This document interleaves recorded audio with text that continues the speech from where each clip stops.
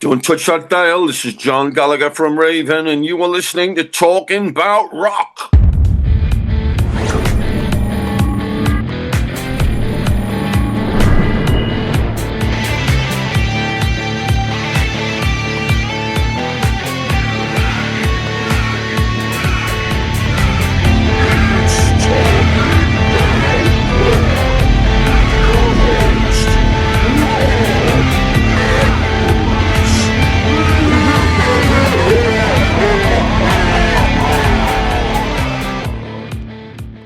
All right, today's guest hails from Newcastle Upton in northeast England.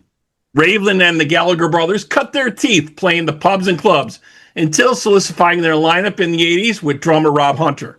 The trio went on to release three of the most influential metal albums of the new wave of British heavy metal and are considered to be an influence and inspiration on the development of the thrash metal genre.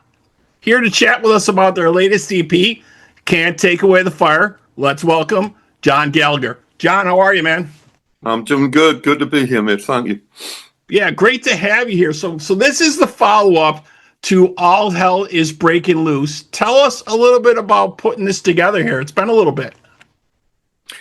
Well, we toured hard on the album, All Hell's Breaking Loose, and we were ready to start work on the follow-up, and Mike O'Heller, our drummer, moved from Los Angeles to Texas, and which necessitated him starting to build a brand new studio. So we knew this was going to take some time, so we figured an interim stopgap, let's get in and do some music before this gets underway. An EP, and of course, with the way record companies are these days, an EP is like the worst idea in the world. It's like, why would we make a CD? And it's basically an album in everything but the number of tracks on it. Right. So they wanted extra tracks, so we said, okay, we'll put a historical 3 different live tracks on. So it's basically an album in everything but name. But we wanted the 5 brand new songs out there, and it's just a great pointer as to where we're going with the next actual full studio album, which we hope to be recording in a couple of months here, like July, August. Excellent. And you guys, you stick to a certain formula when you're writing your songs or music, or do you like to try different things? Well, we do mix it up. I mean, there's kind of a formula is just as far as how they're written and worked on, and someone will have an idea and usually bounce it off somebody else. For example, I'll come up with something like, it was a bit more off the wall. The wreckage came from a finger picking exercise I was playing on guitar, and I just figured this might sound really good if it was done loud and split, so the bass played the bass part, as it were, and the guitar played the melody, and there was space for a really strong vocal melody. And I had this sketch, and the guys were like, wow, that's different. Let's work on this. And you have that, 3 heads are better than one. Everyone chips in with, is this good enough? Could this be better? I don't like that. Maybe we could try this instead, type of thing. And eventually the piece gets elevated to somewhere, a little bigger and better than when you started with it.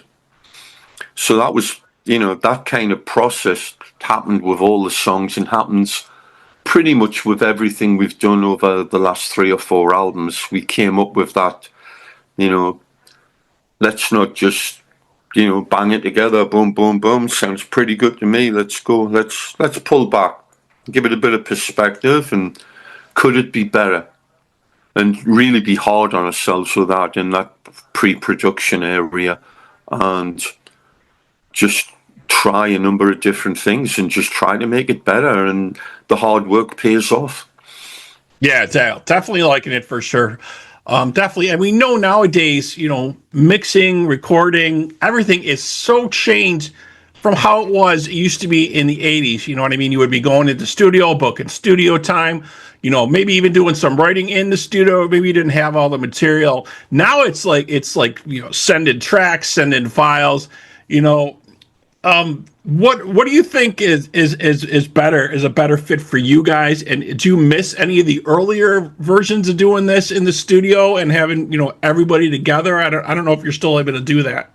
There are pluses and minuses to both, but I think doing it the way we're doing it now, as far as on the creative side, it's really good because in the bad old days, we'd all get together and get in the same room and we'd have rehearsed the song and learned the song and play.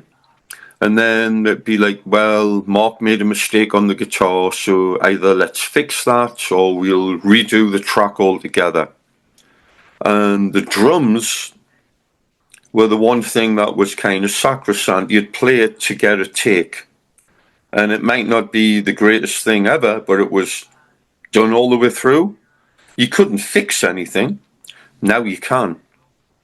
So the way Mike does it, he'll build up a click track that breathes. It's not just bump, bump, bump, bump, bump. It starts maybe fast, maybe backs off a little for the verse, pumps up a little for the pre-chorus, really pushes on the chorus, comes back.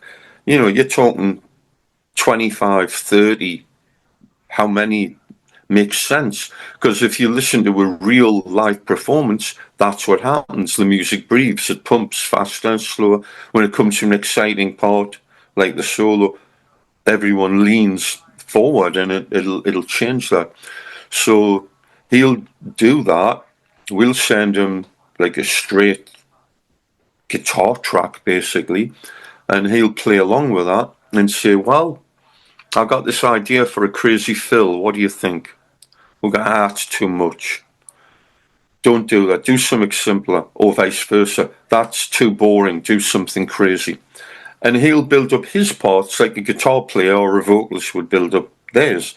And you get that together with a rough guitar track and what's essentially a finished drum track.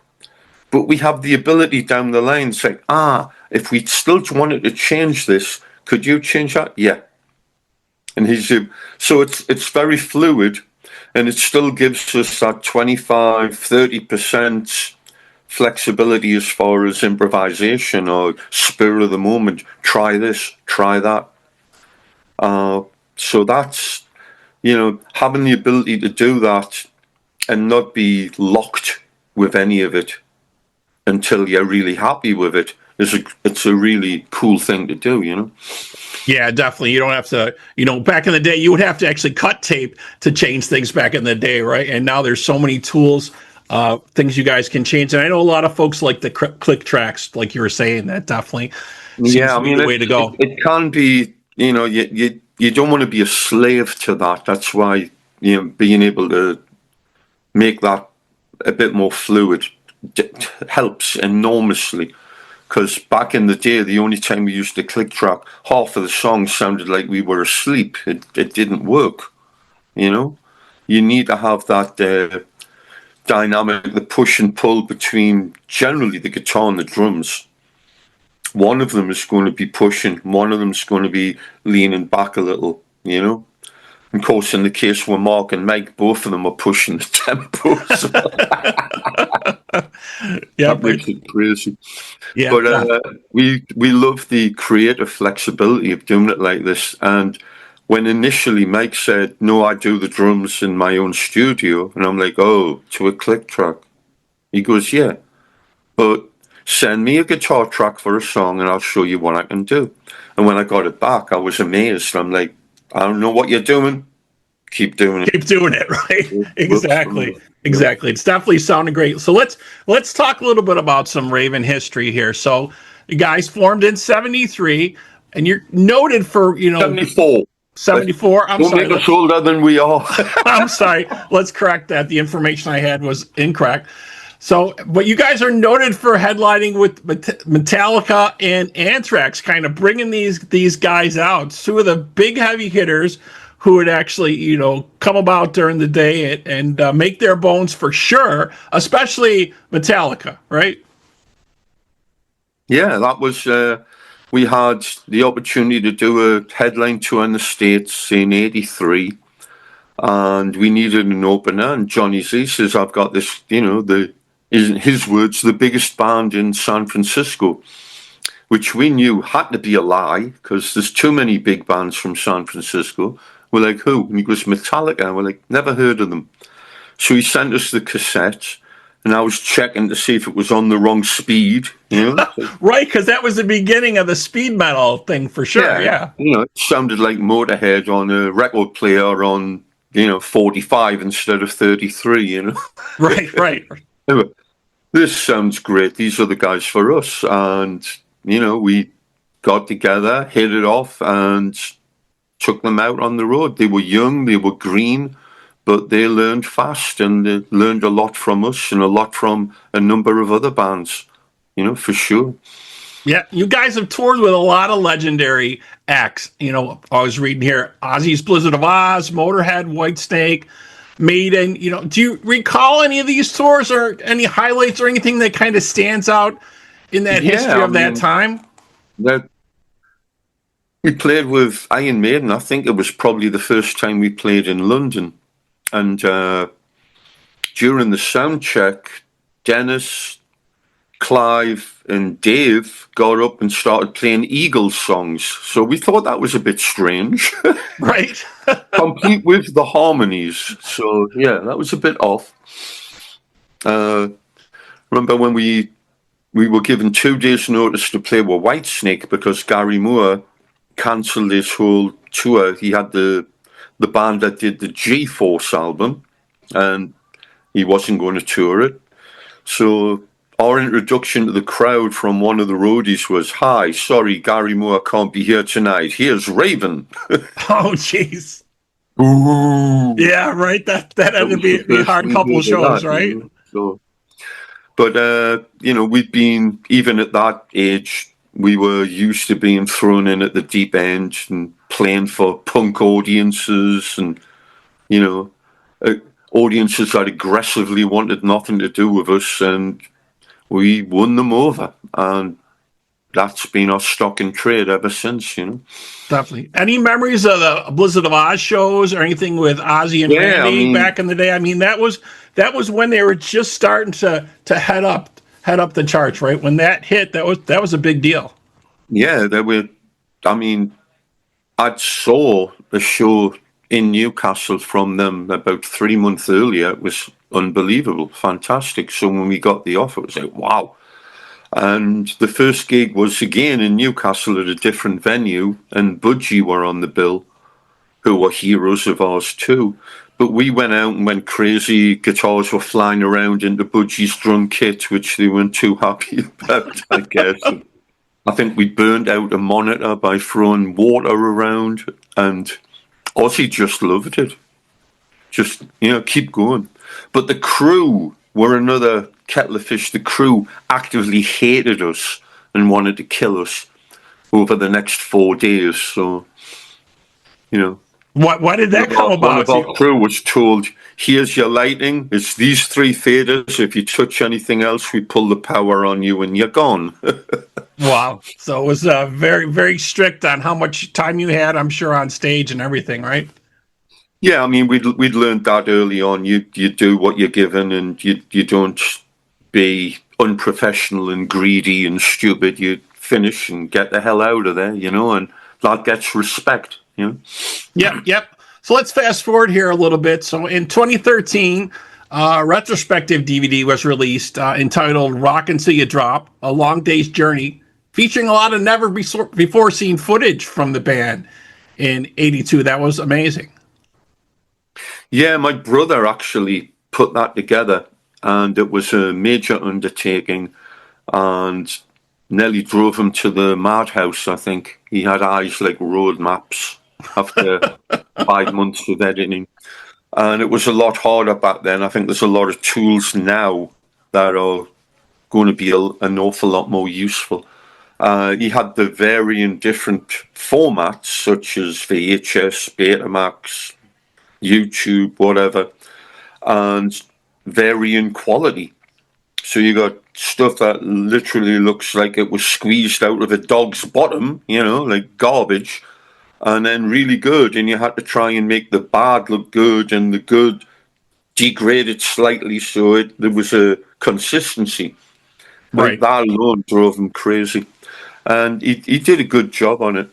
Funnily enough, we're in talks right now to do a new documentary on the band.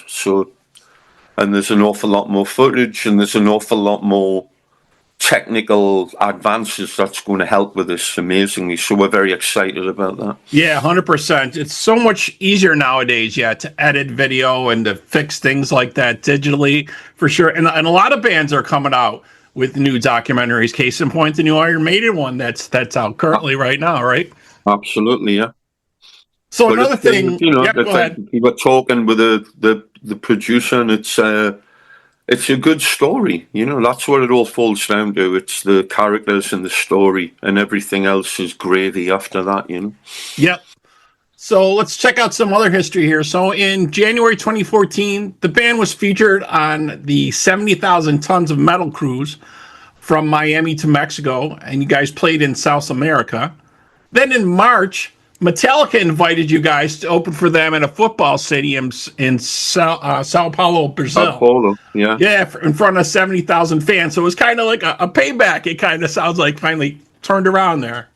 Well, we'd had dates booked, and I was talking to our promoter, who's just said, "Are you still in touch with Lars?" And Lars had done very nicely some great footage for that very DVD. And I said, "Yeah, I can get in touch with him. Why?" And he says, "Well, they're playing stadiums, and they're going to be playing Sao Paulo. Why don't you ask if we can open up for them?" So, "Dear Lars, can we open up for you in Sao Paulo?" And the message comes back, "Yes, absolutely." So it was pretty amazing. They were based in Buenos Aires, and they were flying to all these different countries, and the weather was bad. They were late, and we only had a short set. I think they were giving us about 35 minutes, and they said, "Well, we don't want you to go on now because they're late. We're going to wait." And I said, "We could play a little longer." Right. Like, really? Yeah. Well, I'll let you know.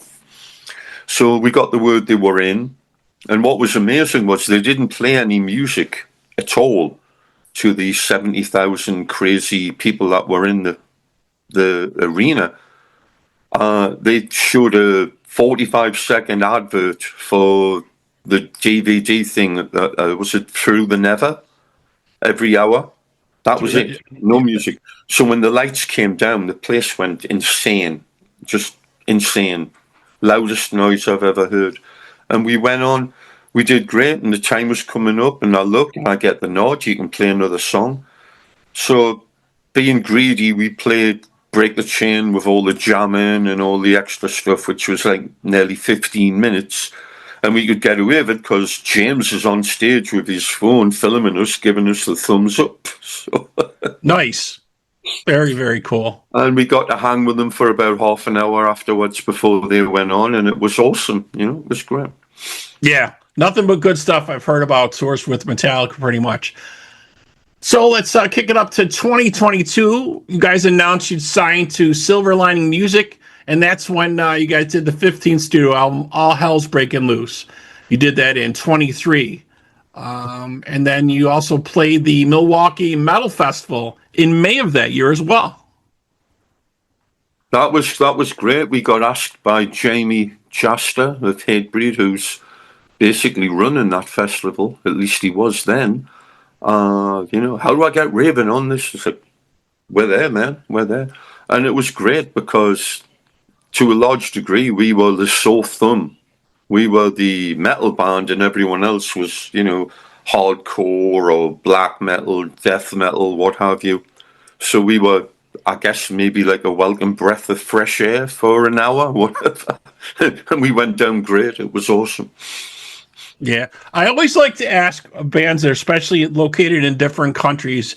It's such a different music scene, like from the US to the UK, to England, to other countries, and metal seems to be thriving there as it was always, back in UK and England. It was always, to a large degree, it was always underground. So that's always stayed that way. And, in England and in the US, it was elevated for a short period of time.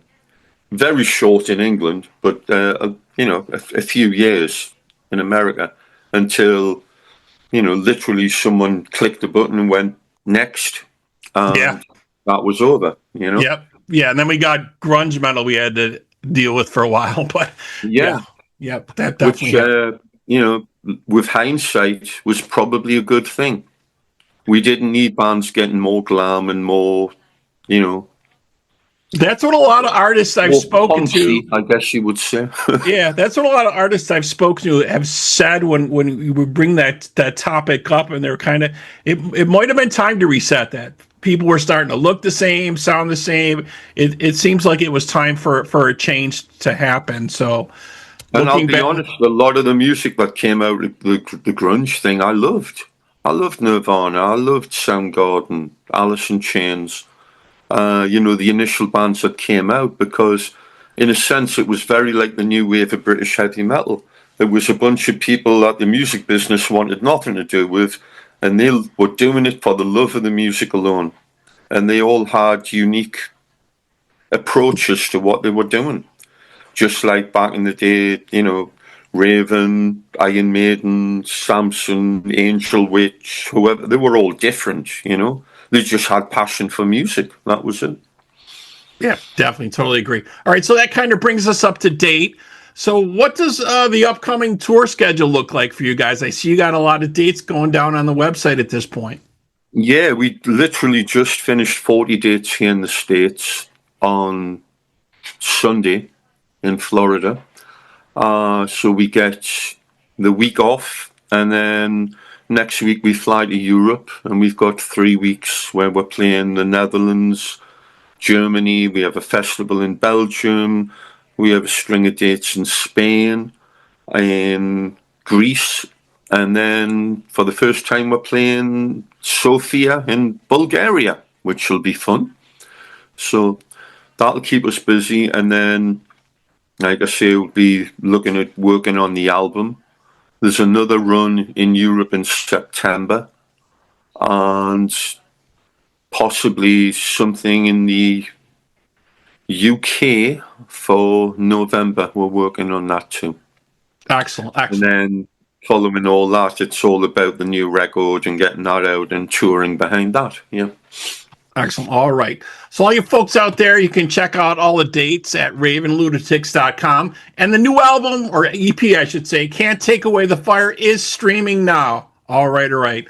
Well, that wraps up this episode of Talking About Rock. Thank you to my guest today, John Gallagher from Raven, and to our listeners. We hope you're doing your part by keeping the torch alive and supporting live music wherever you are. John, again, thank you so much, man. Thank you. Cheers.